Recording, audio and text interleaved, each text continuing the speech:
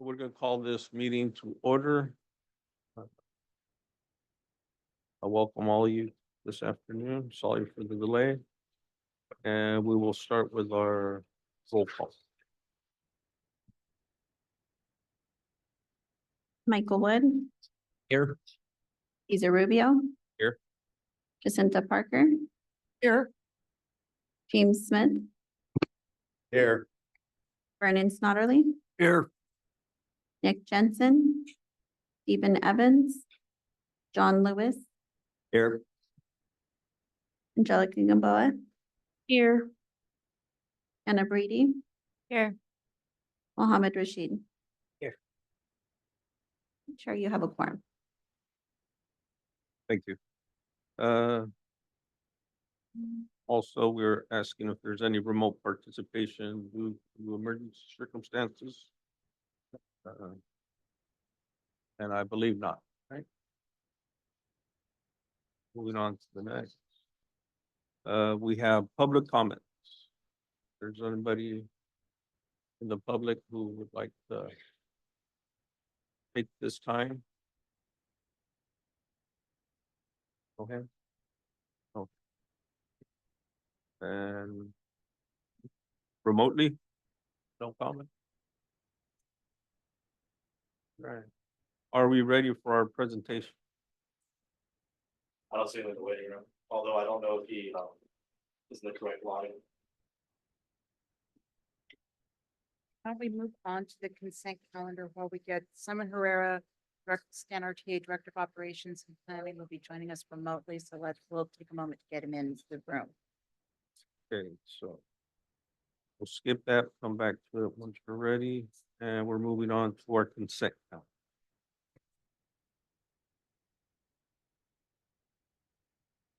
And this is for July 15th, 2024 meeting. I need a motion to approve. Oh. Okay, yes. Motion B would be approve the SEEAC meeting for 2024. I motion to approve. I second. Approve. Thank you very much. Well, Mr. Chair, we have a Oh, we motion have- in a second, if we could get all those in favor. Voice vote. Aye. Aye. Aye. Aye. Aye. Sorry, was that for both A and B on the consent calendar? I need to abstain from the first one because I wasn't here, but yes, for the second one.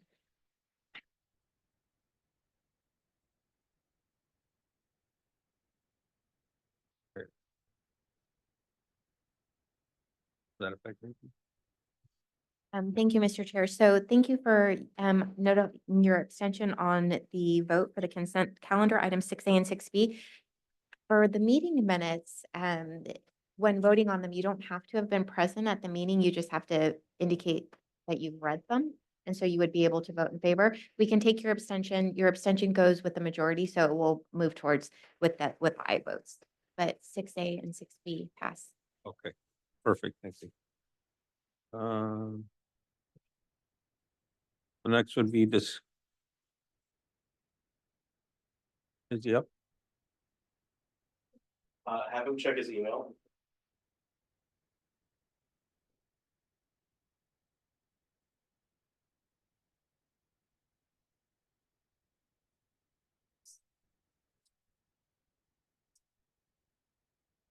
Discussion and action. We have A and B. A is review potential revisions to the passenger conduct policy. I'll start that off. That is something that someone will speak more directly to. We are not bringing formal recommendations as we'd originally intended to this meeting of the group, in part because we've had, as we demonstrated at the last meetings, we were seeing an uptick in violent behaviors with fights and activities going on the buses.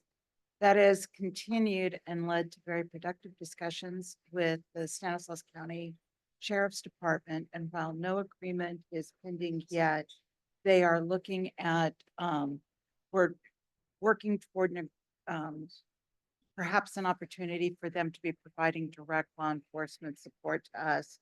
Because one of the key problems we're finding is that we have very few individuals, but they're scofflaws. We've literally, with a group of high school students, had to go to Davis High School for several days in a row to tell them, you may not board this bus. You have been suspended for a year and doing it. And security guards are just not adequate enough and able to do that. And having a more potent presence, we believe in other transit agencies have seen is more effective in making that happen. So pending that happening, we, that also may affect how we write some of the changes in our policy to better coordinate with that kind of support. So we're slowing that down a little bit just so that we don't have to go through this process twice. But it's a positive development. While I'm filling in for Simon, I want to be able to thank Transdev staff with their road soups and team, because we count on them to hand out the suspensions and for their staff to be reporting it to us and keeping us on the know. And we're doing our best to really minimize the problem, but that's why we're slowing things down a little bit. Any questions or comments? Is this like potentially a ride along maybe, Sarah? Could be a ride along. It'll be a presence at the transit centers where a lot of activities go with the kids. Also, again, knowing where, it's not just kids. I don't want to, is Simon there now? Oh, Simon, I'll be quiet and hand it over to you. All right, thank you.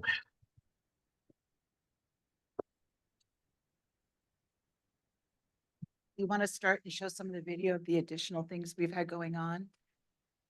James, can you make me a co-chair, please? So I can share my my laptop. So some of the video you've seen, you may have seen little bits and pieces of it, but this is an update. It'll be going to our board, which is part of why Simon's made a more comprehensive piece.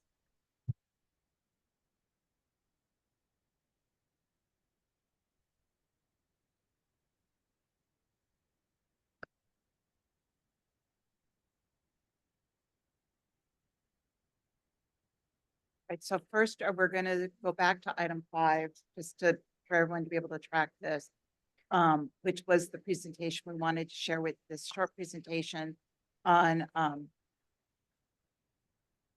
going way far and above by one of our bus operators. Go ahead with that, Simon.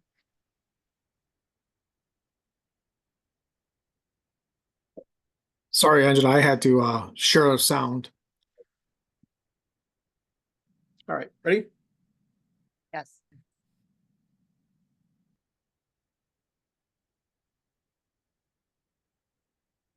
On June 1st, 2024, operator Angelita Mitchell, with just a year of experience, faced a challenging situation when her bus, carrying 10 passengers, became trapped on the 580 due to the Corral fire. As the fire spread and traffic backed up, Angelita remained calm and focused. She immediately alerted StanRTA's control center, ensuring a quick response. She then communicated with her passengers, explaining that she would try to maneuver the bus away from the approaching danger. However, the bus became stuck in the median during this attempt. While waiting for assistance, Angelita kept a close watch on the situation. As the fire drew nearer, she directed her passengers to leave their belongings and exit the bus. Angelita made sure everyone exited safely and moved away from the flames. Thanks to her actions, all passengers were safe without injury. Angelita's conduct in this situation highlights the training and preparedness of our contractor's staff. We proudly recognize operator Angelita Mitchell for her quick thinking and dedication to passenger safety. Her actions set a strong example of the high standards we strive for in our service. And what you don't see there is the bus wound up on fire from flames coming into the area. So she got them across the highway over to safety where they could wait, and then fire trucks were coming to the Corral fire and were able to help make a safe space for them and evacuate them. So So Simon, are you ready to move on? And I apologize, Mr. Chair, I don't mean to usurp your No, no. activity. But to get us back, we'll get back to discussion item 7A. What's this? Are we moving on the challenges, Angela? No, we're on the fighting, The fighting? 7A, yeah. Sorry, I don't have the agenda in front of me because I'm maneuvering a couple of things.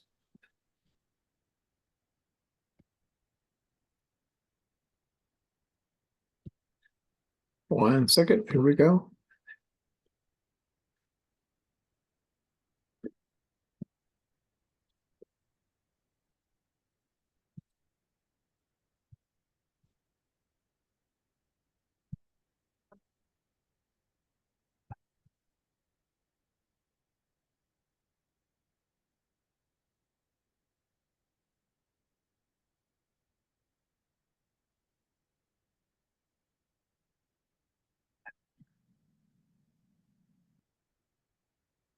On June 1st, 2024, operator Angelita Mitchell, with just a year of experience, faced a challenging situation when her bus, carrying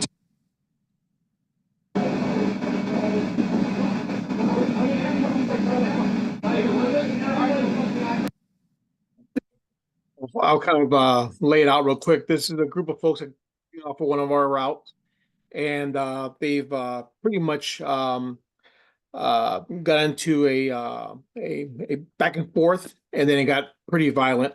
I do apologize for the remarks that are coming out of these folks' mouth because it is a little graphic.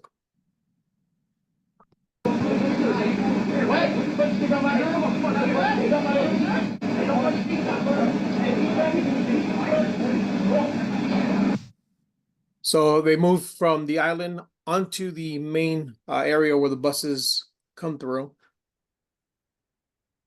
And right here in the corner, you're gonna actually there's actually two fights going on at the same time.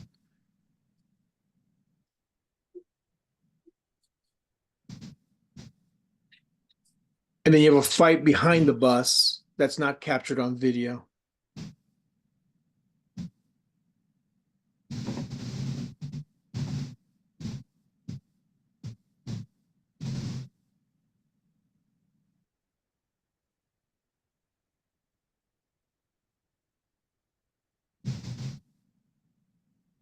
Everyone you see running is jumping in on the fight, not trying to break it up. Then you're gonna see the guy in black kick the girl that's on the floor, and then the guy in the red actually stabs the guy in the black.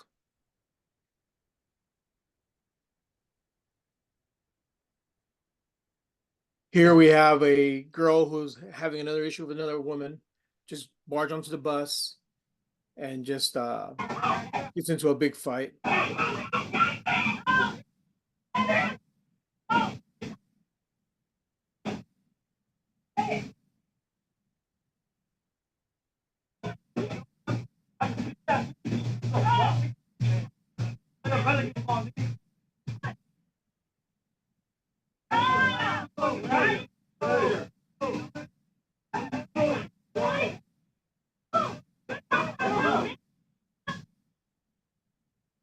On this next video, we have a gentleman who is a little aggravated with the gentleman in the red hat.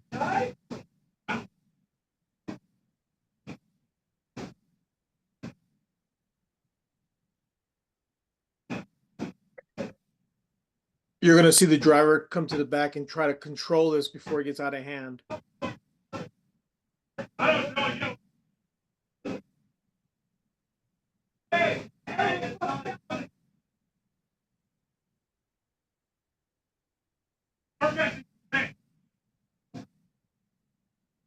So mind you, the driver was driving. He had to pull his bus over to come to the back and try to.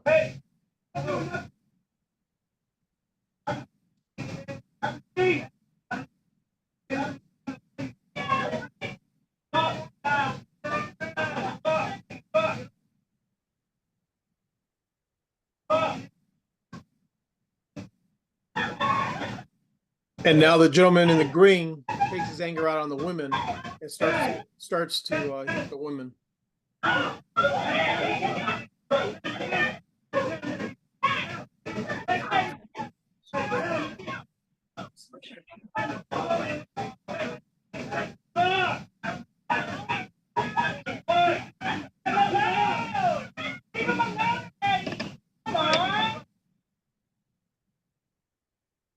This gentleman here walks toward the back. He's obviously high. He spits at the passenger on the right for no reason.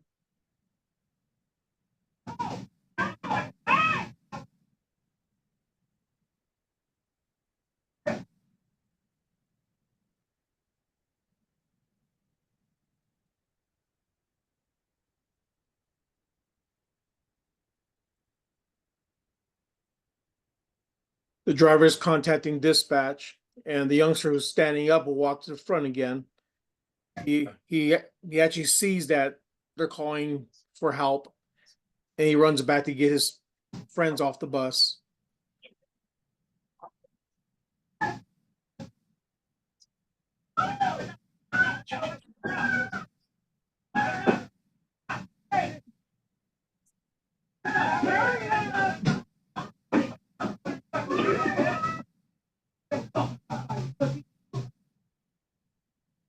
This one is a little unbelievable.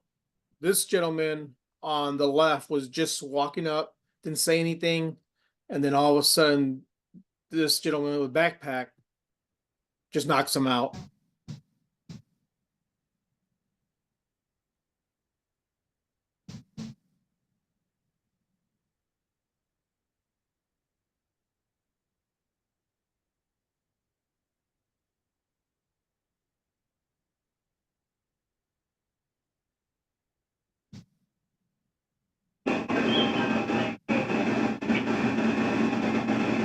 On this video is just a passenger that was sitting, had words with the gentleman who in the black.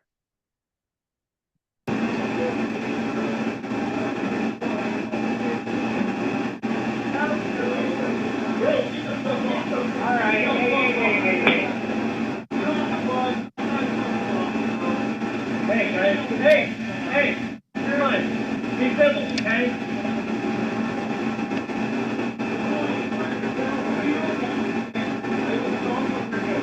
Hey guys, hey, can we just go, guys? All right.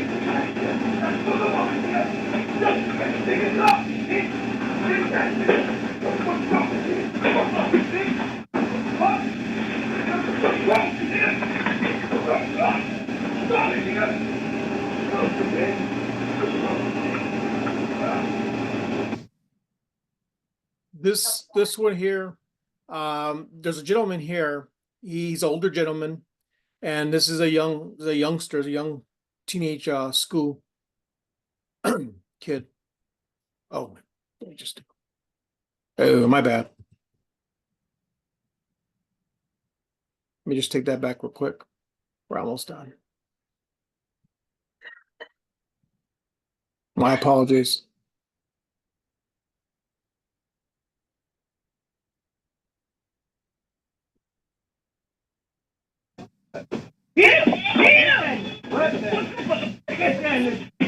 Get that, baby, down. Get that nigga down.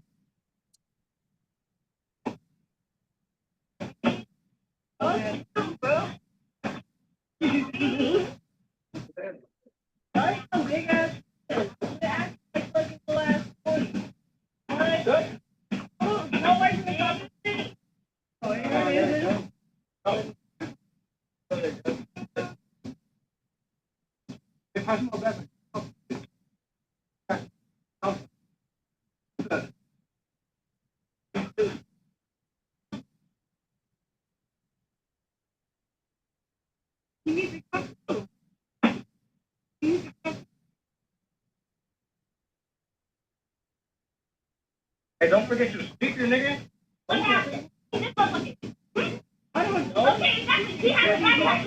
This is our most recent one. These are Davis High School kids, and this happened actually in August, just recently. Okay, it doesn't matter, that's just. He's a little ass kid, he goes to high school, okay?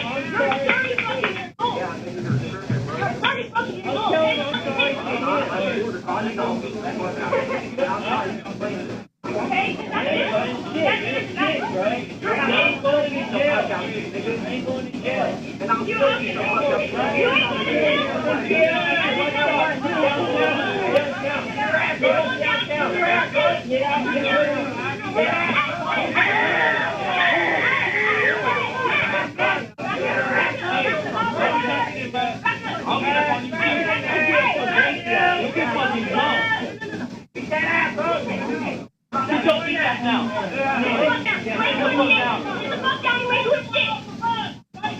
Yeah. Watch when I see you, nigga, I'm gonna shoot you, not I'm gonna shoot you. Okay.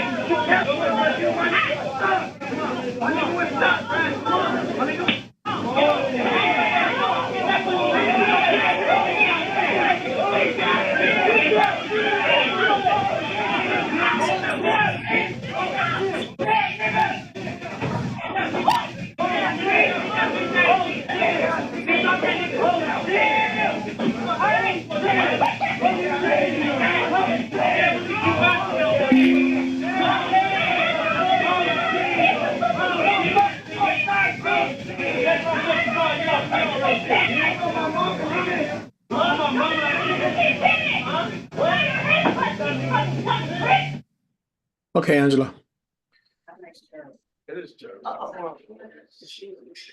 Glenn, would you like to give the update on how we're trying to approach some resolution to this problem to bring better order? Sure. So we originally went to the high school to speak with the admin folks there. They informed us that once they're off the school property, there's nothing they could actually do. So yesterday, our CEO and myself actually went down to the school superintendent and had a conversation with her. She's actually going to help us. We gave the video to her. She's going to help us try to at least deal with these students. We have given each of them a 1-year suspension off of our vehicles, off of our transport. Unfortunately, it's really hard to track that because there's so many stops they could actually get on at. And with 200 and some drivers, it's kind of hard to manage who should and should not be on the bus. We also had a meeting this week with the sheriff, and we are actually in talks about somehow having them contract their service for us, so they become the transit police for us. So those are real early talks, but it was very positive speaking with the sheriff.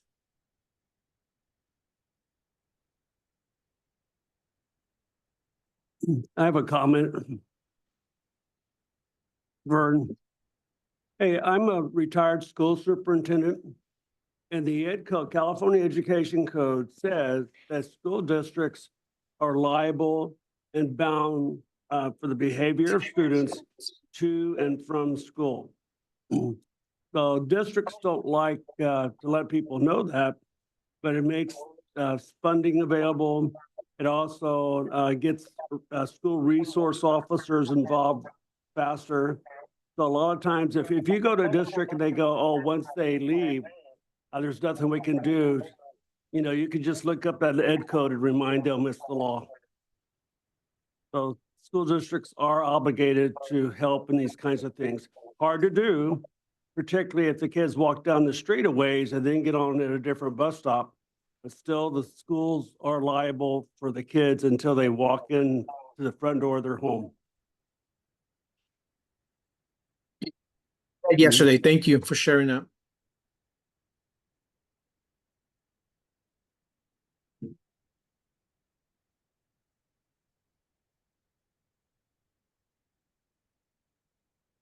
So we did the fix, right? Um, Passenger survey. You're actually gonna ask the. Oh. This time, does the public have any comments they want to bring to our attention? Any hand? Online? No, nothing online, okay. Any comments from our members?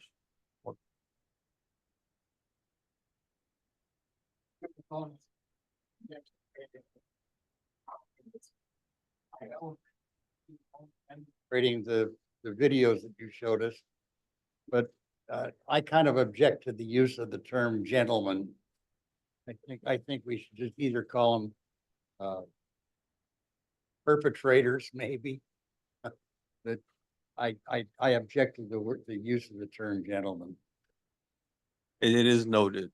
The visual part of it, it was pretty graphic. You did see them really get violent. So yeah, they weren't being gentlemen. That's for sure. Any more comments from any of our members? I was pretty surprised to see that. I think most of the footage was recent. Yeah, so, we're not done with the year. Definitely something that I'm glad they're addressing. Yes, sir. Yes, I mean, I would hope that we can get this under control, because I mean, one thing, when I'm on the bus and stuff, my family says, is that safe? Right. And I tell them, no, it is perfectly safe. I've never had any issues. But like my dad says, you've never had an issue until you do. And then change it to a perspective. And if it gets out that riding the bus is not safe, then it's gonna affect. So hoping that they can get this resolved.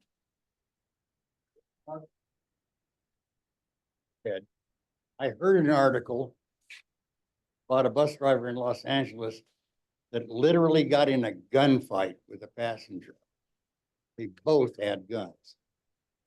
But I kind of look on, or kind of see the world, how much it's changing.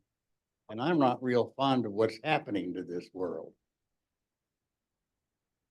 Yeah, definitely, I'm glad to see that the sheriff department will be getting involved. It is definitely a step to the right place to the solution.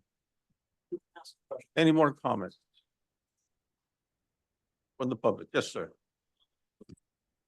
Oh, it's not gonna work. Or is it? Working? Okay. Couple of things I just want to ask.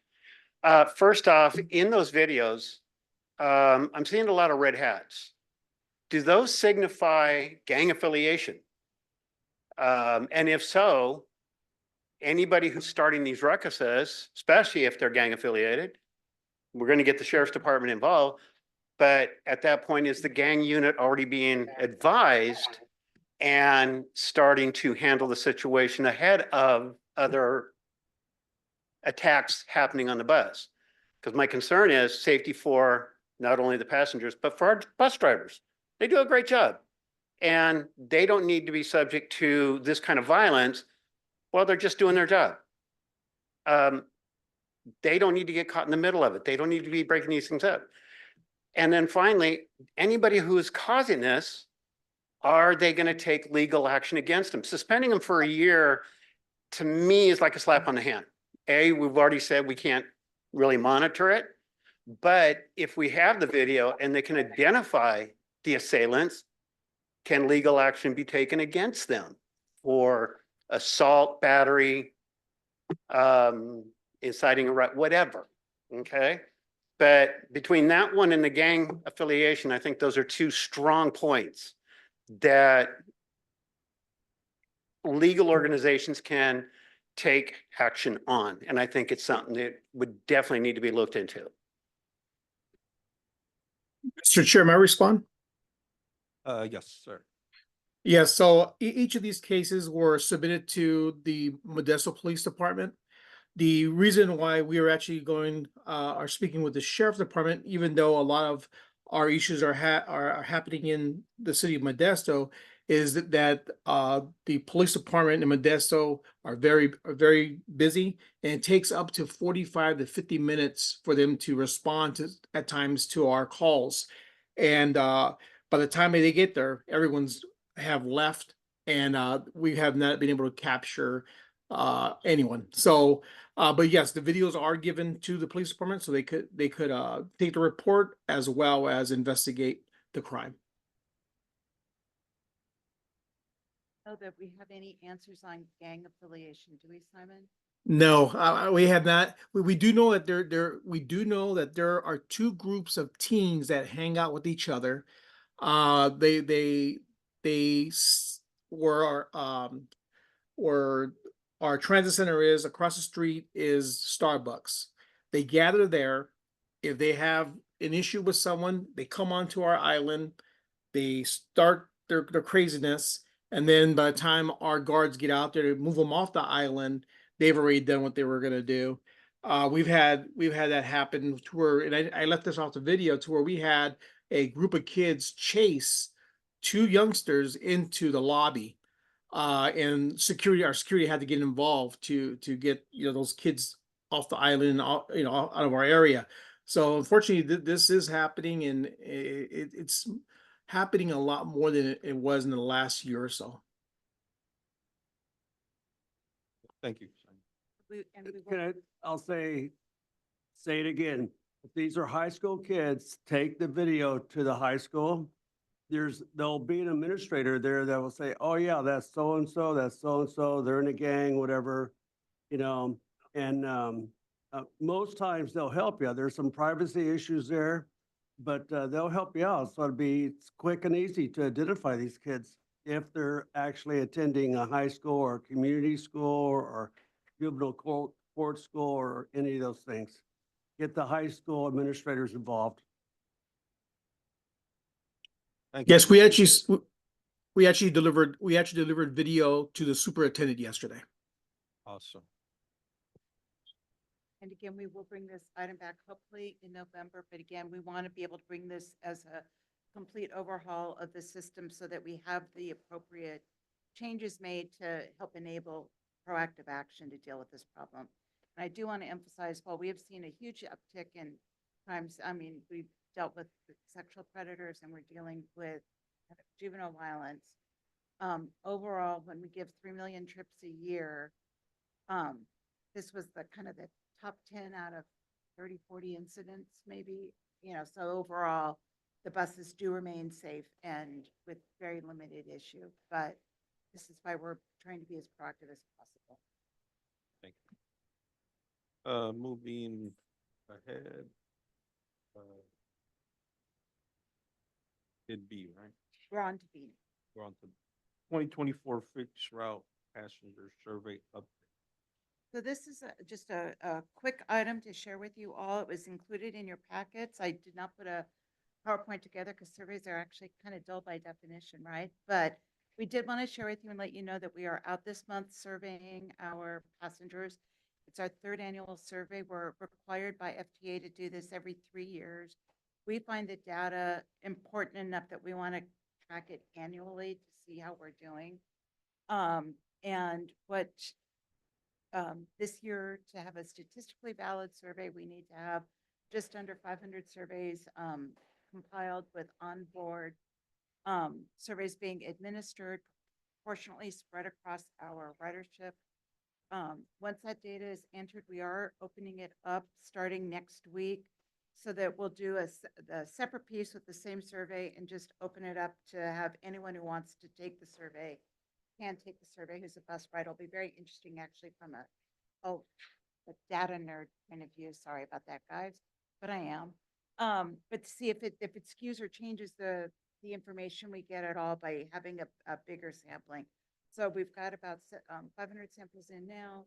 We'll open it up as soon as the data's in for another 500 just to see the feedback we get about our ridership on the buses and opportunities to make service better. We definitely use this influences our grants, our applications. Our ridership has skewed to be slightly more male, very evenly spread across age-wise with a little bit of a heavier band in the Gen X crowd as opposed to younger, although we've seen tremendous growth with schools being back with the 18 and under group than we'd seen in previous years.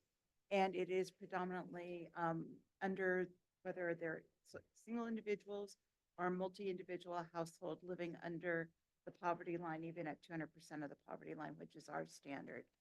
So, and our ridership has skewed slightly more heavily Latino than the county's population, but when you look at income breakdown, we track pretty evenly and pretty representative of what we see demographically in the county. So that's a quick update. In November, we'll be bringing you the complete survey.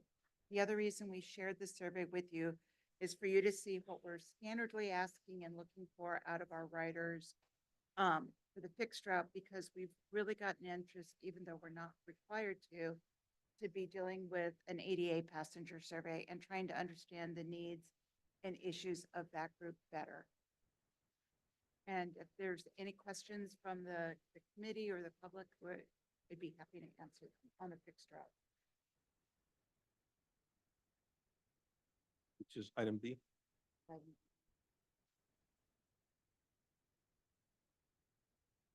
No question. All right, item C, review draft ADA passenger survey. So we have been working on that. In fact, I handed out for the committee a copy of the out of Survey Monkey. What's in there is a draft survey. We're going to use this just to workshop it very quick, you know, a few of those things. James, thanks for putting that up for me. Would you go to the next slide? As we kind of walk through, next slide. Okay, so the key things that we're looking for, and this is the first thing I want to test with you, is what you think we should be looking for to get from our ADA passenger group, which is that we want some key demographics on them to understand. One of our concerns is always where we know with fixed route passengers, with what they tell us, we feel that our ridership is very representative of our communities and transit dependent populations. How are we doing with our ADA population? Is it a cross section? Is it representative? Who are we getting?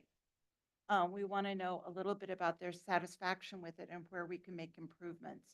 We also wanted to test with this first time that we'd be talking to them about technology uses and needs. In general, across the country, 80% of people have access to smartphones. Is that really true of our ADA population? Are they users of it? Help us drive the way we provide information to them. And what are our opportunities for service improvement? A key thing that is, we know, and everyone who's ever done a survey, which I think every agency in the world does a survey at some point, is that getting that demographic data really uses up a lot of time and can wear people out a lot. We do believe most of the key demographics we can get either from existing data, and we're hopeful through other available databases that we can get data on the three characteristics that we do not have access to within our own data. So with our own data, we know age, we know the type of disability they have, we know their trip purposes, key things that we want to understand about them, and we know where they live. So we can get a good picture of who our unique regular riders are. The three demographics we do not have revolve around income, their ethnicity, and their language level, if they're have limited English proficiency. We know if they've asked for us to communicate with them in Spanish, but that's a real gap in terms of what that proficiency level is and what comes in. So those are the things that we're working with that we believe MOVE may be able to provide to us because of the other programs they operate. That's data that at least at one point they were collecting, so we might be able to match it up. Next slide. So, well, before I go to that, just because I am trying to workshop this, looking at y'all, what do you think about what we thought in general we wanted to get? It's a variety of purposes, but if we had to slim down the survey, could you go backwards, James?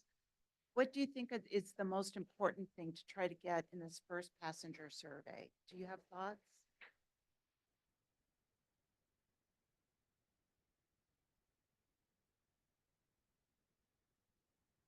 How important is to know their technology? What is that? So so the questions we'd ask on that is if they use a smartphone, do they use social media? And for instance, we've not had a lot of people move over to the Book BS app, although they're using the drawdown accounts. Is that something that we feel with this group we should be pushing more and using more? should we be doing more texting to them with information? Where do they get information from us? The tried and true way, since the ADA population, just to make sure everyone is on the same page, we have to be an ADA user, we have your name, your number, your home address, your mailing address.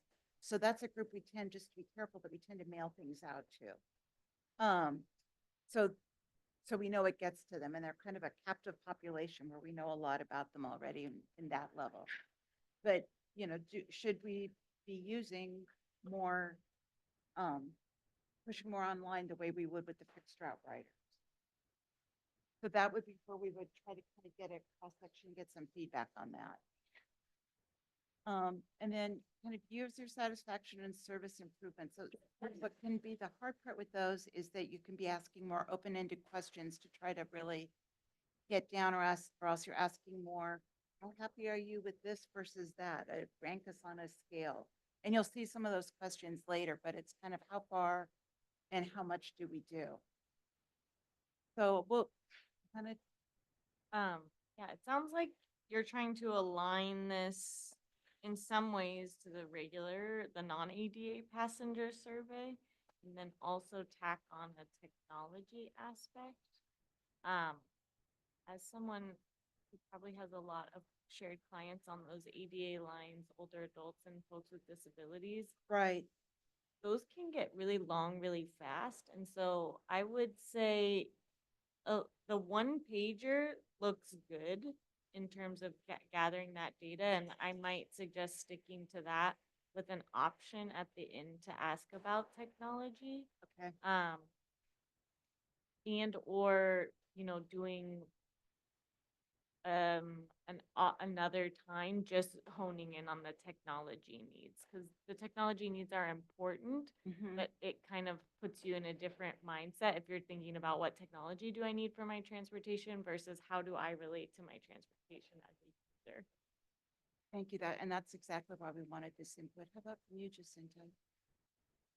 Yeah, I was thinking along the same lines as what Hannah was saying, because of the agency that I work for and the amount of users that utilize public transit and the ADA transit. The technology use is going to probably be pretty limited in terms of them being able to respond, or even just regular practical use. So Maybe that should be a question that should be asked. What's your level? We do a check. Do you use your we phone use it. for calls, messages? Or something along that lines, but I like Hannah's suggestion is maybe that being a separate survey or a separate question at the end. You know, you are a user, then, you know, answer these here's some more drop downs for you. But I just know that a lot of the clients that come through our agency, and given the bulk of clients that utilize public transit, they're not using a whole lot of technology. they'll tell you they're using a smartphone, but They'll use they a won't tell smartphone you, to call. but that's it. That's about it. It's the apps and things like that. There's probably just a limited amount of apps that they're using. Very like, simple. like, Angela said, you know, utilizing the S app in order to book rides and things like that. They're probably not using. No. you know. It gets tricky. Yeah, especially given the fact that our agency distributes the tickets. Most of the individuals that utilize public transit. So I know for a fact that, you know, if we're distributing the tickets, you're not using the app to order tickets or anything like that. So that's not even in your realm of For them to accomplish. right. Oh, that makes sense. Definitely, the more information, the better the feedback. This is really helpful already. That's a couple questions that we can drop right now, which, because I really do know this needs to be a shorter survey. We are also anticipating that this is at minimum a phone survey, probably will be conducted by some of our customer service staff who already have a sense of knowledge of the population and a manner of working well with the ADA population. Because just to bring in outsiders to do the phone survey may not be as successful. And on that point, yes, it won't, for the group that our agency serves, the phone survey is not gonna be. Will need to be, and that's where we're thinking about being in person at, Either in person Programs or- or in programs, even if you went to, some of the facilities and, Okay. and did it that way, An exercise. is, yeah, to get the demographics that you're gonna need for your survey. would you, would, like, just with your programs, with your assistants, they'd be open to having us, like, make an appointment to come on a couple of dates? Yeah, we can talk about it, cause it's like, Surveys? you're gonna, for my agency, you would be looking at programs and you would be looking at residential facilities. Right. So it, going out and picking a time Mm-hmm. of that's best to go out to do that. Okay.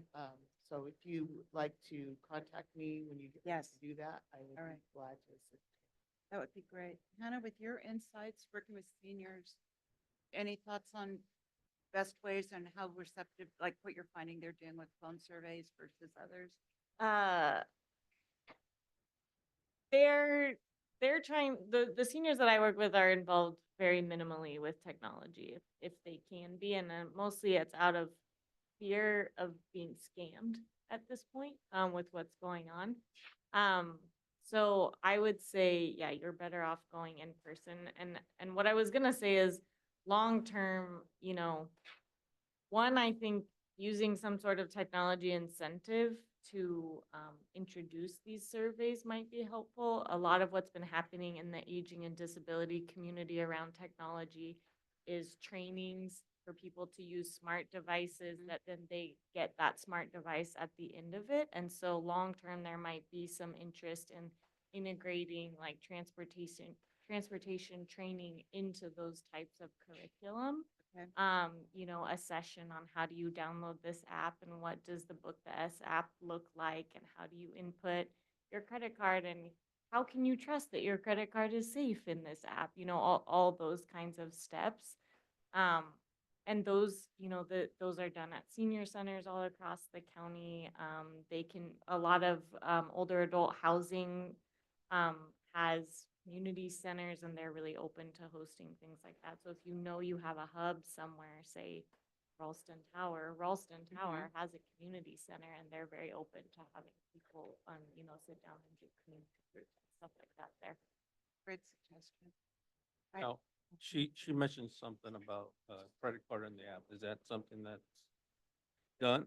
As It's, far as I knew, it wasn't.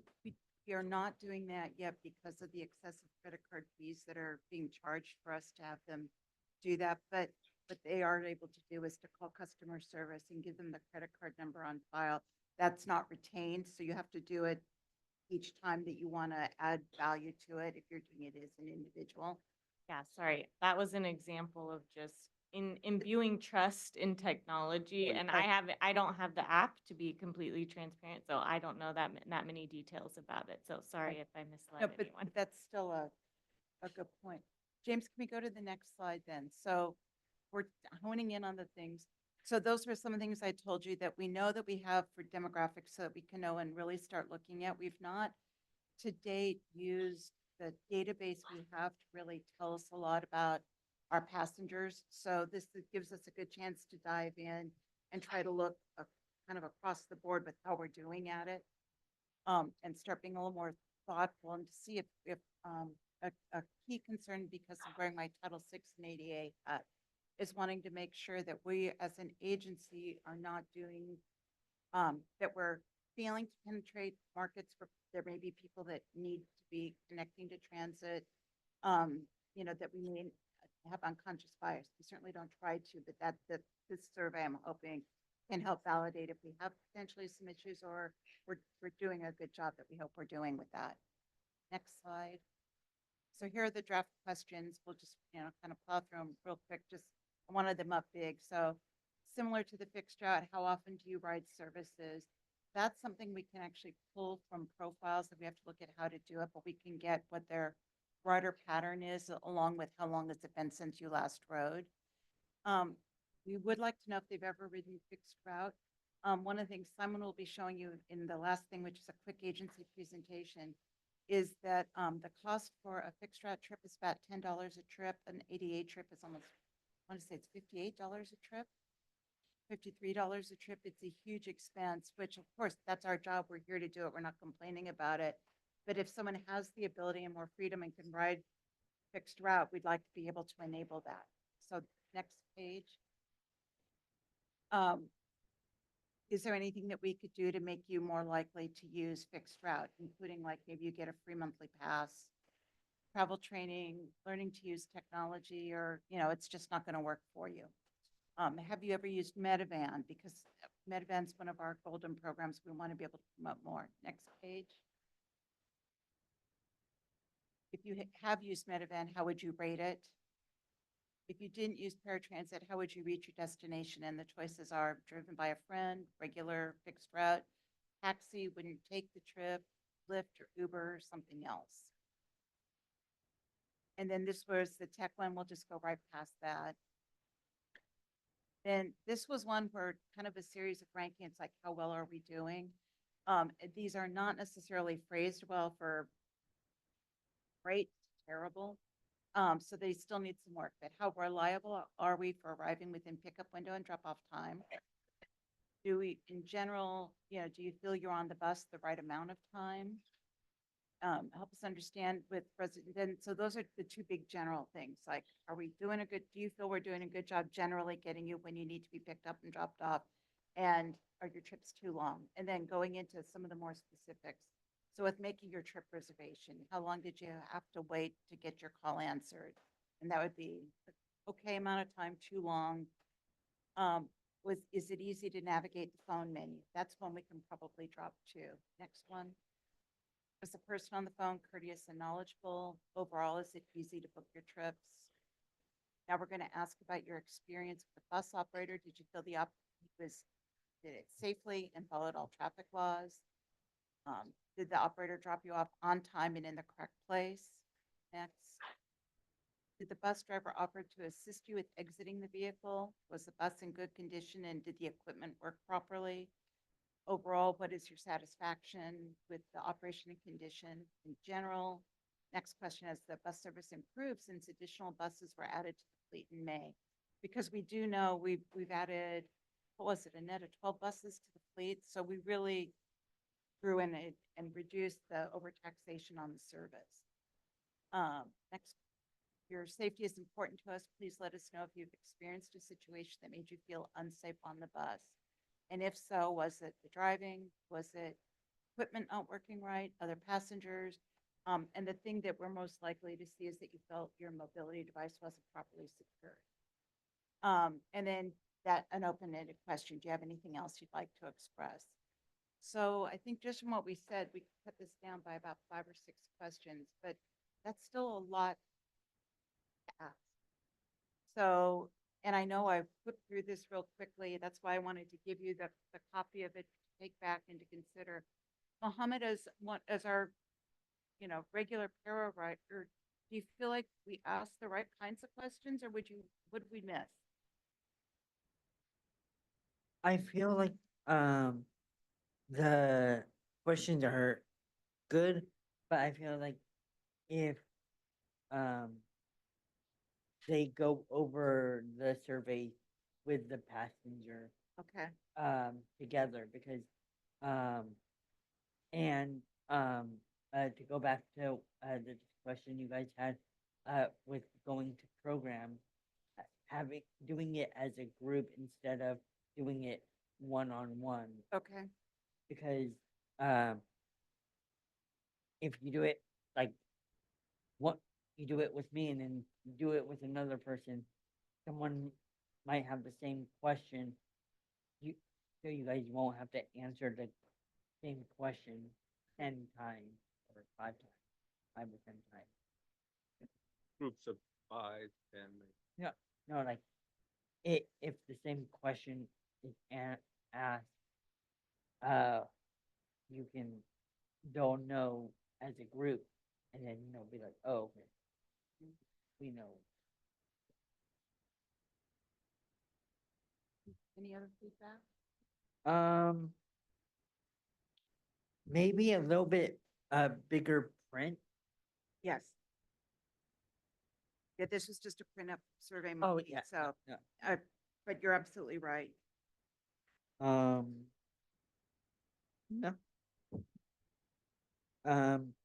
I will,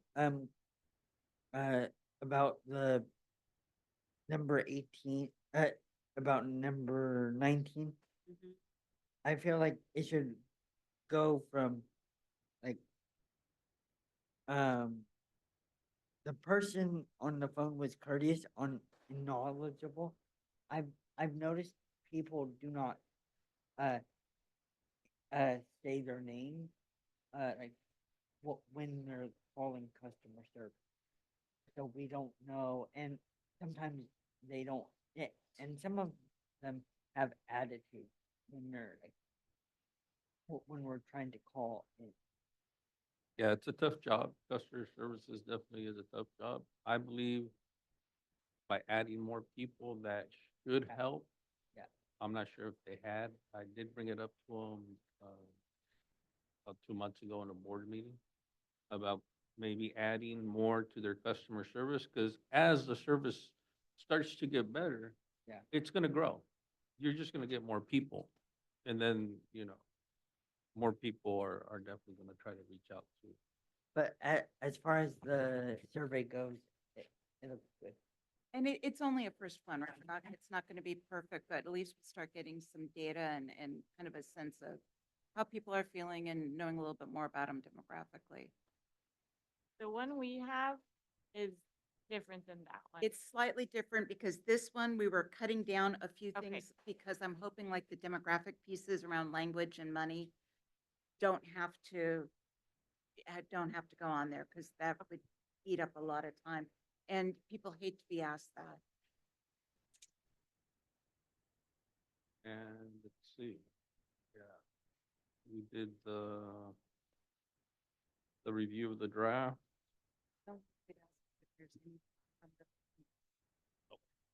Thank you for the input, you all.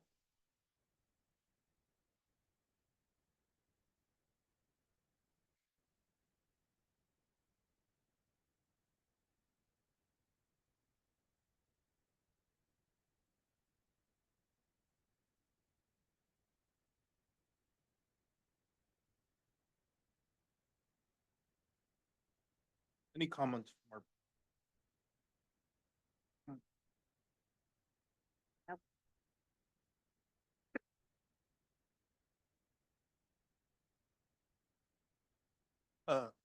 online? Online? Sure. So now we go to our agency report. And who will bring that? Simon? Mr. Herrera? Agency report. Well, it would have been nice if I took it off mute. I apologize. All right, just give you an update of of our agency.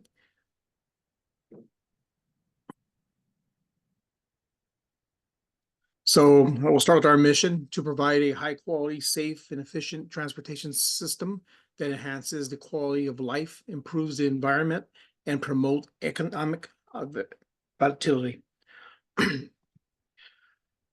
So most of you probably know this. So our agency is a joint powers agency formed in 2021, formed between the city of Modesto and San Luis County. The board of directors are 2 members of the San Luis County, 2 members of the city of Modesto, 1 member representing other cities in the county, 2 citizen members, 17 Stan RTA staff members. Operations is contracted with TransDev, and our maintenance is contract with the city of Modesto. Our fixed route matrix, our ridership was just a little under 3 million riders, which is great. Our revenue service hours was 223,899. Our revenue service miles is roughly 3.8 million. Riders per hour is 13.29, and then the cost per ride is roughly 10.79.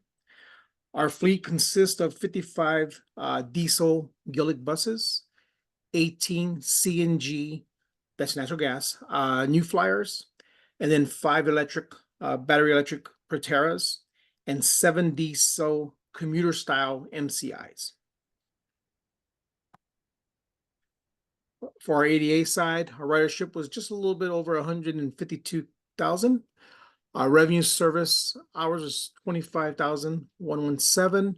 Revenue service miles is 1.3 million. Our riders per hour is 2.09. The cost per ride is actually 58.12. And then our fleet consists of 39 cutaway gasoline vehicles and 9 cutaway gasoline Fords E350s and 6 CNG Ford cutaways. This is our funding source, and our total budget is just a little over 44.5 million.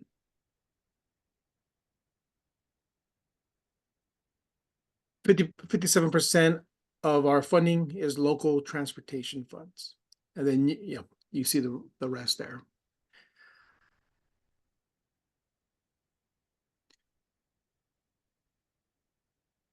As we consolidate the two systems, we had a different color scheme for the different services. You had Max, and then you had Start, and now we're happy to announce that we are 98% with the S logo in our scheme, which is great. We in 2023 we were selected the Agency of the Year through CALAC.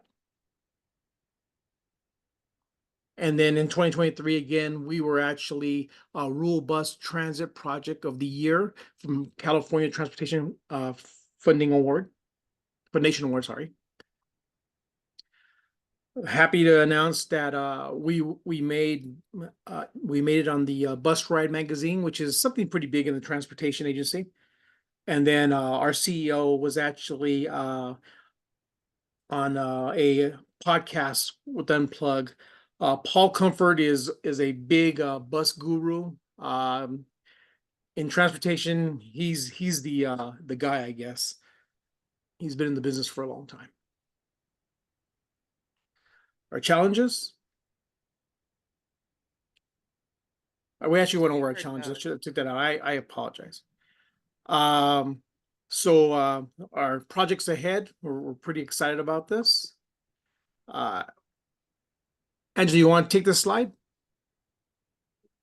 Continuing to work toward, we hope very soon to be submitting packages to the FDA to approve sites for our new operations and maintenance facility, which will give us a home finally where we'll have enough room for our buses and to build the maintenance and operations facility as well as our administrative headquarters with a goal of sometime in 2028, late 2028, maybe if things move well, to be able to be in facilities that belong to us instead of 100% lease space. We're also looking at the site for the multimodal hub in series. So the site acquisition is the slowest part of the whole process because of NEPA and CEQA processes, but we're very hopeful those will be moving along rapidly. The board has been so supportive. And with that, that'll really help us to re-envision with the hub in particular, how we organize our transit. Our first step, as Simon mentioned, of making us an integrated fleet covering the county with equity. Now it's really looking at when you're doing that regional service, you have people transferring and things are not all just coming down to the Modesto Transit Center. So it's making that regional fabric work better together. Will be our next step. Thank you, Angela. And I do want to let you know that Angela's actually running the head of all this construction, which is she's doing a great job at that. Thank you. Our planning work. So we are in the process of working on a short range transit plan. And since we've actually have been operating for a little bit of 3 years, we are now realizing that we need to take a look at our service one more time and make the little tweaks and adjustments where we're able to kind of. We did a lot of good with the changes that were done, but it's time to do a little bit of tweaking. This November, we're actually looking at the way the service operates in the different times of the day because of traffic, and we are making some adjustments. That will be the small tweak. And then sometime in June, July, we're looking to bring in the short range planning so that way we could adjust some of the service. We are also in the process of looking into the BRT. It's a bus rapid transit. And it's pretty much a 60-foot bus with wheels, and it kind of operates kind of like a little like a train, I guess you could say, but it's on wheels. Our capital projects that we are working on this year is our digital signage. We will have monitors in every vehicle, including the paratransit vehicles. We will have monitors around our TC, our transit center, and we are actually at the stages of hiring a project manager to help us get this rolled out.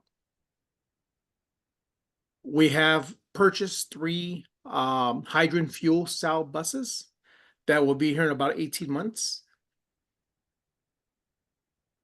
And then we are also in the process of working on a solution to fuel these vehicles. Since we are again really tight in our current yard, it will probably be a trailer that we utilize to fuel these vehicles. We are in the process of upgrading our technology so that way we are able to accept credit cards in our fare box and in other kind of media. Any questions I may answer? Simon, one note you may want to share is with going to the clean technology and the battery electric and making that next leap, which we are completely committed to sustainability. Buses prices are what, 1.5, 1.8 for each of the fuel cell technologies? Yeah, it's about 1.5. And our diesel buses would have been what, about 600,000? Roughly, yeah, 600,000, yes.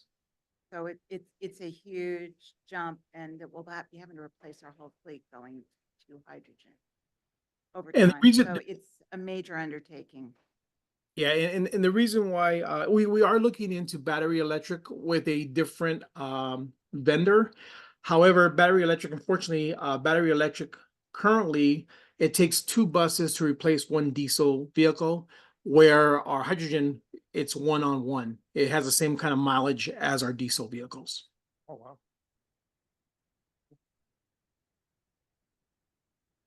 Any more comments or questions? Battery electric.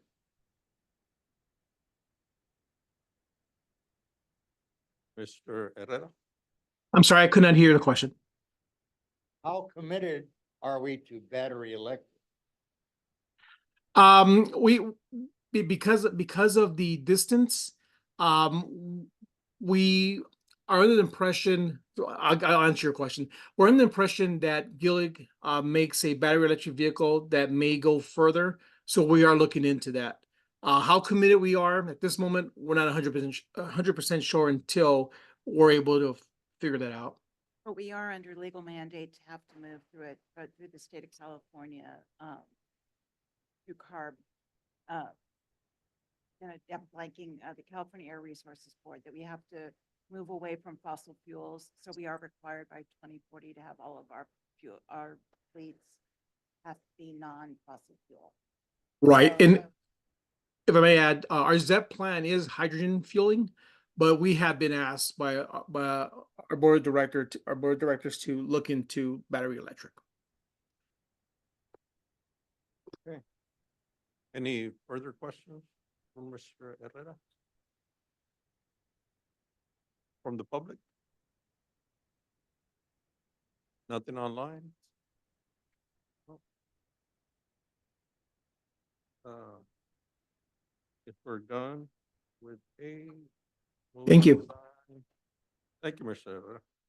Herrera. Committee member report. Do we have it?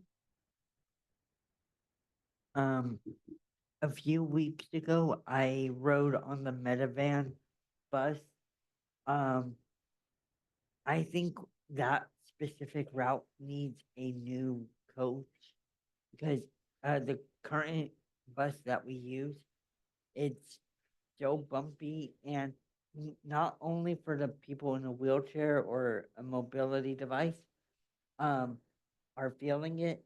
The people that are in the regular seats are feeling every bump, and I understand roads are bumpy, but um, they're saying that the chairs are even uncomfortable in that bus. And it's so small, like we feel like we're all too close to each other. Here, may I respond to that? Yes, sir. We are actually in the process of putting one of our newer 2024 vehicles on that route. And Mohammed, we're going to actually reach out to you once we do that to see if it's a more of a comfortable ride. The I are you thinking about the newer ones, the ones that have the 4-seater wheelchair in the back? These are our most newest vehicles. I'm not 100% sure. No, I think they're the they're the two wheelchair. I don't know if they have 4 seats or not, but they're the newest vehicles we have. Because a lot of the um places that the Metavan goes to, the parking spots are very narrow, and the smaller the bus, the better. So if it can be a smaller bus, I sent a picture of a bus to Angela about a week ago. That the Metavan driver told me about, and I looked it up online. So really good in person. I've seen them, but yeah, just wanted to. Okay. I'll look at that picture and I'll meet with our contractor and see what we can do. And the bus is also contracted with Transdev. It's in the Bay Area. Okay. Thank you, Mohammed. And thank you, Mr. Herrera. Is there any further questions, comments? I think One last note, Mr. Chair, just if you're about to adjourn the meeting, is that we will be meeting at 2 o'clock on the 14th of November due to a room conflict with Stancog. They're always so gracious about letting use the room, so we'll be meeting just a little bit later at our next meeting. so. Next meeting, 2 o'clock, November 14th. And if that is all, we are about to adjourn. Thank you for joining us today. I know time is money, right? Adjourn.